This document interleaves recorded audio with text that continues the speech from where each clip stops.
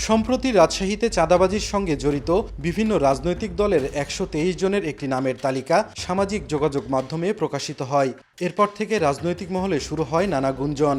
তালিকায় বিএনপি, ছাত্রদল ও সহযোগী সংগঠনের ৪৪ জন নেতাকর্মীর নাম রয়েছে। তারা কে কোথায় থেকে চাঁদাবাজি করছেন তাও উল্লেখ করা হয়েছে। একইভাবে পতিত আওয়ামী লীগ ও নিষিদ্ধ ছাত্রলীগের ২৫ জন ও জামায়াতের ৬ জনের নাম আছে তালিকায়। বাকিদের নাম ঠিকানা দেয়া থাকলেও রাজনৈতিক পরিচয় না থাকায় তাদের সুবিধাবাদী হিসেবে ধরা হয়।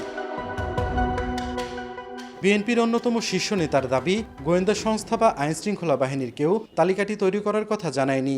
রাজনৈতিকভাবে হেয় করতে কেউ এমনটি করে সামাজিক যোগাযোগ মাধ্যমে ভাইরাল করা হয়েছে। দলের নাম ভাঙে কারো কারো প্রশ্ন এগুলো করছে, সেগুলোকে অবশ্যই চিহ্নিত করা হবে। যে নাম লিস্ট আসছে আমাদের দলের কিছু কিছু নেতা, আমি মনে করি যে তাদের দীর্ঘদিনের আন্দোলন সংগ্রামের কৌশলে তাদেরকে সম্মানহানিতা করার জন্য এটা করা হয়েছে। আমি মনে করি যে এটা একটা ষড়যন্ত্র থাকতে পারে।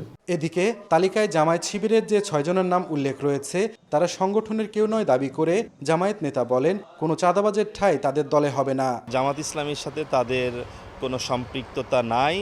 যদি কোনো সম্পৃক্ততা কারো কোনো ব্যাপারে থেকে থাকে তাহলে নিশ্চয়ই জামায়াতের ব্যাপারে ব্যবস্থা গ্রহণ করবে। আমরা আবারও বলছি, জামাতের সাথে চাঁদাবাজি, টেন্ডারবাজ, সন্ত্রাসের কোনো সম্পর্ক নেই। মেট্রোপলিটন পুলিশের কমিশনার জানান, চাঁদাবাজির সুনির্দিষ্ট অভিযোগ ছাড়া কোনো উড়ো তালিকার ভিত্তিতে ঢালাওভাবে সবার বিরুদ্ধে ব্যবস্থা নেবে না পুলিশ। পুলিশের কাজ হলো চাঁদাবাজির সুনির্দিষ্ট অভিযোগ পেলে আমরা সেই অভিযোগের ভিত্তিতে আমরা তদন্ত সাপেক্ষে ব্যবস্থা নিই।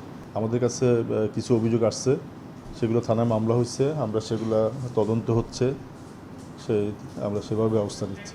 চাঁদাবাজরা যেই দলেরই হোক তাদের ছাড় দেওয়া হবে না বলেও জানায় পুলিশ।